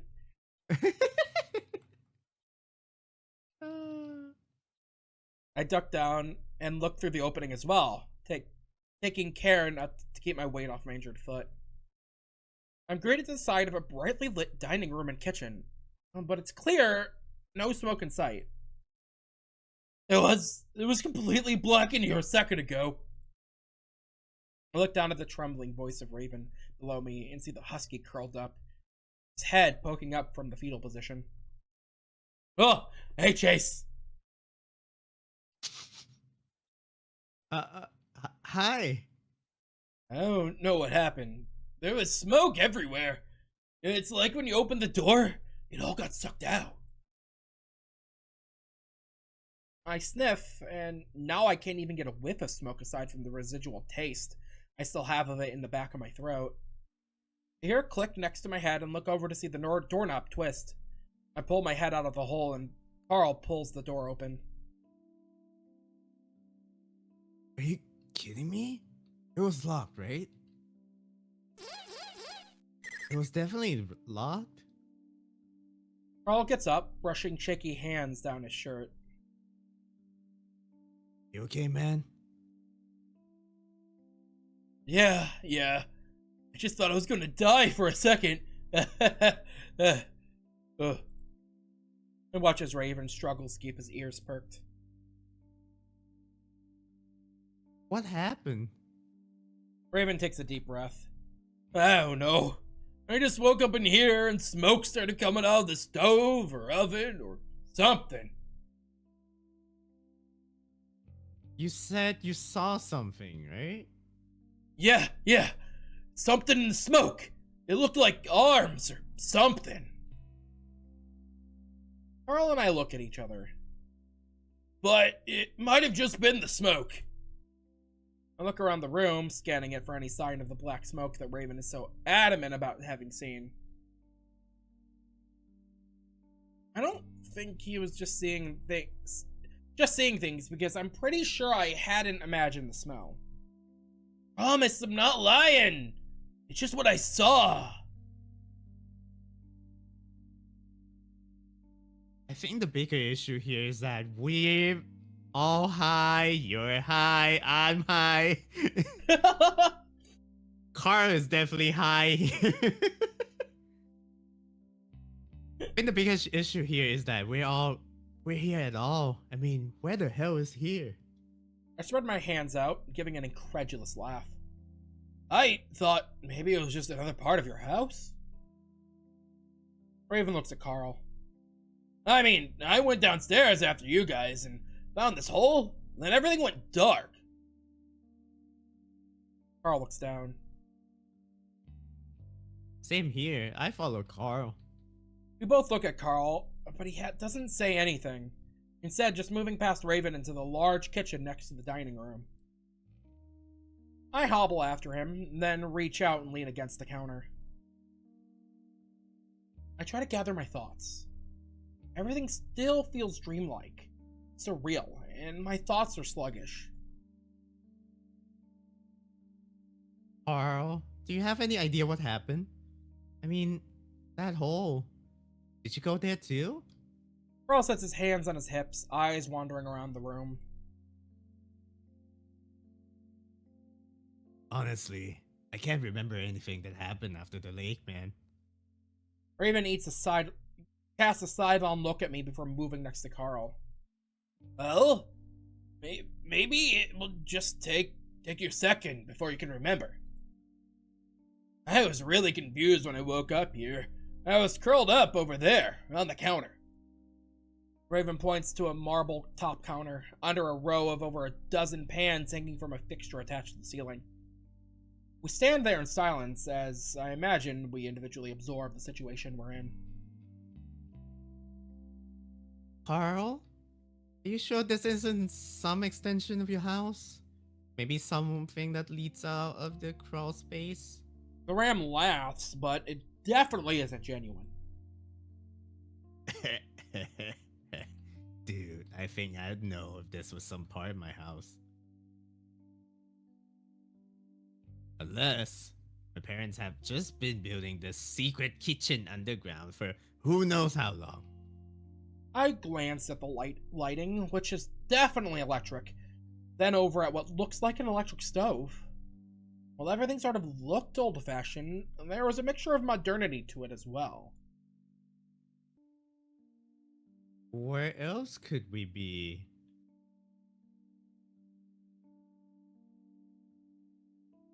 Raven and I remember going to the crawl space, then losing consciousness after we found that hole. Is where you went, Carl. Carl finally does turn to me at that point, his brow furrowed.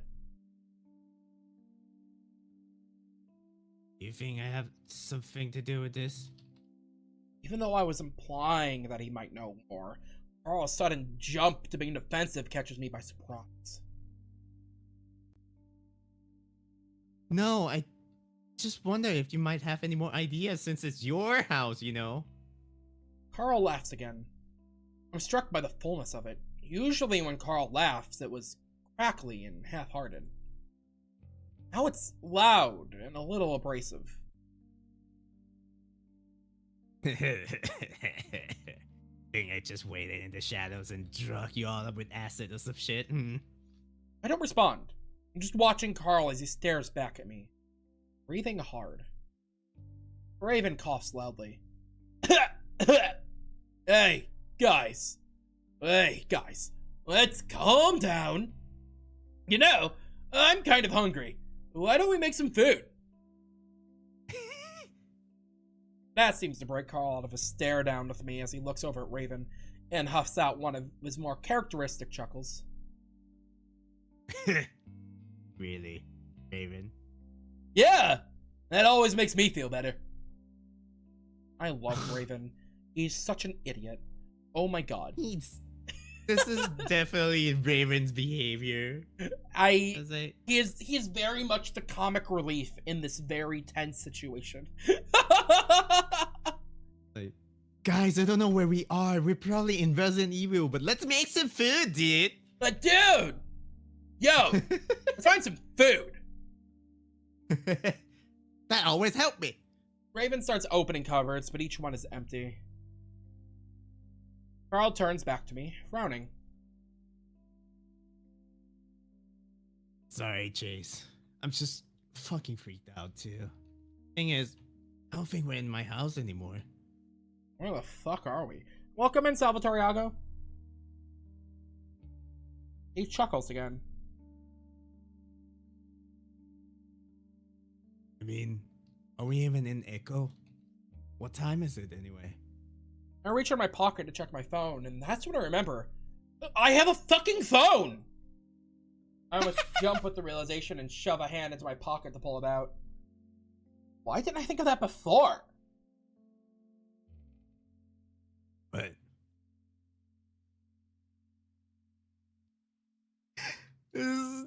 Imagining Chase just yelling is like, phone! Cola! Soda! We're safe! It's phone! Do you have a Chase face in the reflection of the phone? I didn't catch it on this time. Oh. Yeah. I love that little detail. Oh my god. I pull it out excitedly and hit the button to turn the screen on, and I'm met with a black screen. Fuck! I just paid the shit off! My phone's dead? Like, guys, I know this is a horror movie situation, but like, this is so typical of me. I forgot to charge my phone. I'm sorry. I'm Chase Otter. Chase the Otter. Are you kidding me? I hold the power button down, but nothing happens. I look up to see Raven and Carl getting similar results, Raven shaking his head as if that's going to help. Carl shakes his head. Are we out that long? That's crazy. Dude, that's nuts. I press a hand to my face for a moment, the idea that this could be some sort of dream coming to mind. I remember after taking an overnight job back when I was a freshman and how that had fucked up my sleep schedule. That, in turn, gave me all kinds of fucked up realistic dreams. Sleep paralysis had plagued me to the end of my wits, and I remember one time I thought I'd never be able to get up. I was stuck in bed, but each time I sat up and thought it was over, I'd end up sort of waking up again, and still lying down, stuck in my paralysis. Dreams within dreams within dreams. Ugh, no food either! My scattered thoughts collect together long enough for me to decide on the next course of action we should take. Alright, this is stupid. We should go out and look around. We'll find a way out eventually. Yeah. We need to do that. I look around a little but didn't find anything. I grip the counter a little more tightly as I feel a slight wave of dizziness come over me, making everything feel even less real. But the pain that's shooting up from my ankle is very real, and just a glance down at the ever-growing swelling confirms it. The suspicion that we'd somehow been drugged grows, but I don't want to upset Carl again, so I don't even mention it. Okay, yeah. Let's just stick together and go. We'll find a way out. But I'm hungry! Shut up, Raven. We gotta go. Me hungry, waving hungry. I'm a hungry boy, Carl. The tension in the room like Raven. is cut like a knife.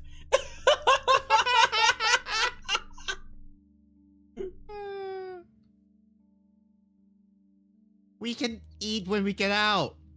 There's no food here anyway. I don't know. It looks like Raven's looking at cake right now. Ayo. Look at his eyes! Look at where he's looking! You cannot tell me he's not checking out Carl from like, he's like over there at the, at the table and he's like, ooh. It's like, we're in this place. It's scary as fuck. And Raven's like, I'm hungry. Okay. Yum. I turn, and even though I do as lightly as possible the moment I set my foot down, it feels like 100 needles press into my ankle. Oh, fuck. Carl's at my side instantly, reaching out a hand to steady me. Dude, you alright? Ugh, what happened? I lean all my weight on the counter at that point. Just letting my foot dangle as I hold it off the ground is painful. Fell down a ladder and landed on his foot wrong. What? Oh, dude, you're not even hiding it right now.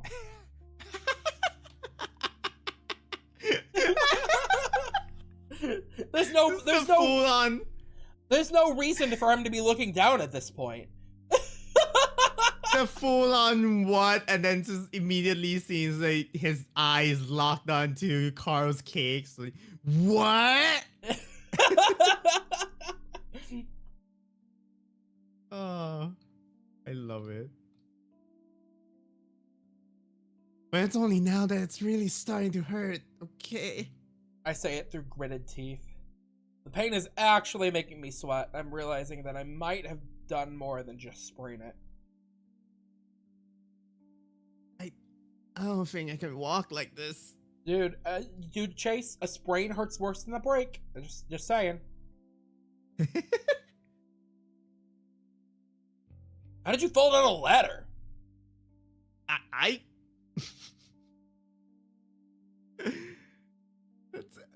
It's in the name. I fell down the ladder. How did... He woke up in an attic. Here. Carl hunches down in front of me.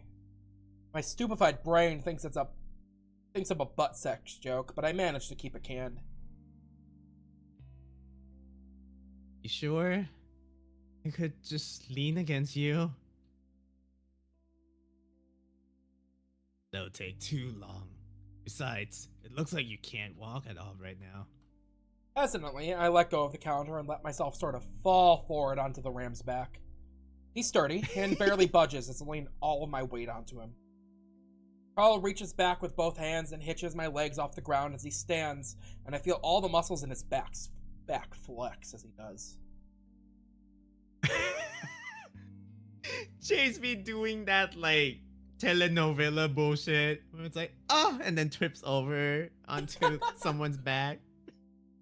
Like, oh, Carl, thank you for catching me. My leg hurts. Ow. Damn, Carl, you work out. Carl grunts. Little bit. I move my head to the side to keep from knocking my nose against his horns. It's a smart move because just then, Carl nods his head in Raven's direction. Hey, I know this is kind of fucked up, but maybe grab a kitchen knife. Raven raises an eyebrow at Carl. Why? I immediately see what Carl's getting at. We have no idea where we are or who put us here.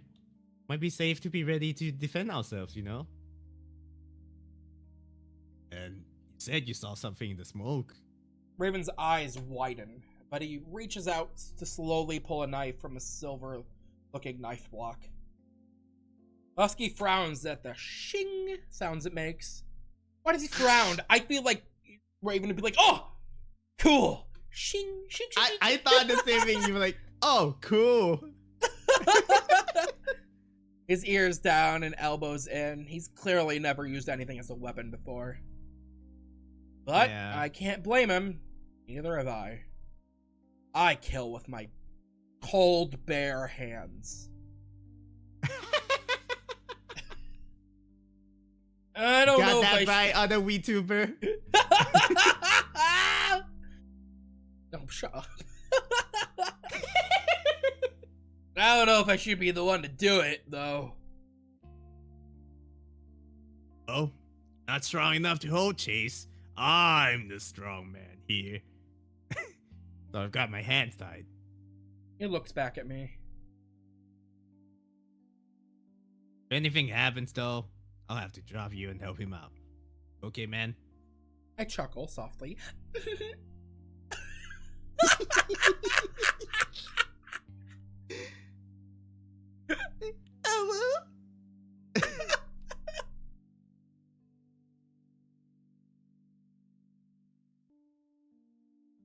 I almost spat water at Strange the Wolf's message.